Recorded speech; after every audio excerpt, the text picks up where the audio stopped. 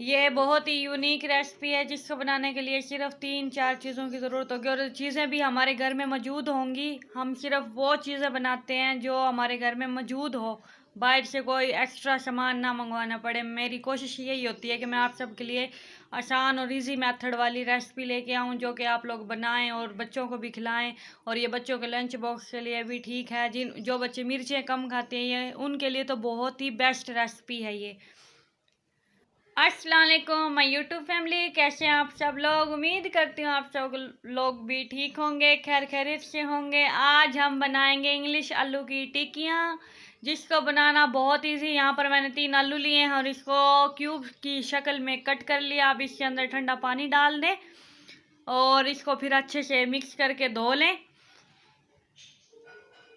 अब देखो पानी से मैंने बाहर निकाल लिए हैं आलू।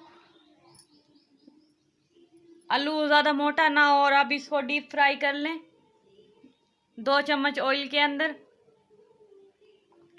तकरीबन इसको 3 से 4 मिनट तक फ्राई करें। अगर मेरी वीडियो आप लोगों को पसंद आती है तो मेरे चैनल को सब्सक्राइब और मेरी वीडियो को लाइक ज़रूर किया करें ताकि मुझे भी पता हो मेरी वीडियो आप सब लोग देखते हो और मुझ पर इतना प्यार दिखाते हो।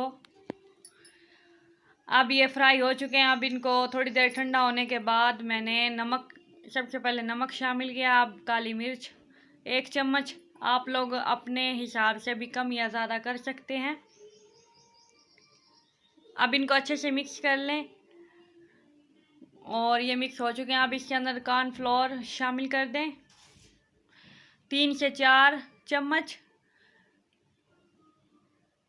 अब ये देखें टिक्कियाँ मैंने बना ली हैं और टिक्कियाँ बनाते टाइम थोड़ा सा दबाव देना टिक्कियों पर, ये टिक्कियाँ बिल्कुल सेट हो जाएंगी। अगर आप लोगों को लगे कि आलू की टिक्कियाँ अगर नहीं बन रही तो आप लोग थोड़ा सा कॉर्नफ्लोर और शामिल करना और फिर साथ में 2 से 3 पानी के छींटे लगाना और ये जुड़ जाएंगी टिक्कियाँ।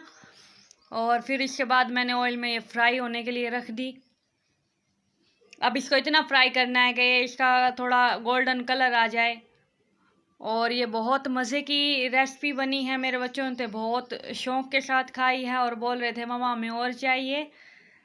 तो आप लोग भी ज़रूर बनाइएगा अपने बच्चों के लिए, अपने लिए, और अपने टेस्ट के हिसाब से कम या ज़्यादा मिर्चें शामिल कर सकते हैं आप लोग।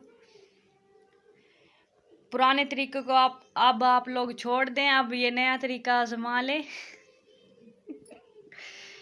ये बहुत मज़े की रेसिपी बनी है और उम्मीद करती हूँ आप सबको मेरी ये रेसिपी बहुत पसंद आई होगी। और मेरी वीडियो को लाइक, चैनल को सब्सक्राइब और कमेंट्स में मुझे ज़रूर बताएं कि मेरी वीडियो आप सबको कैसी लगी।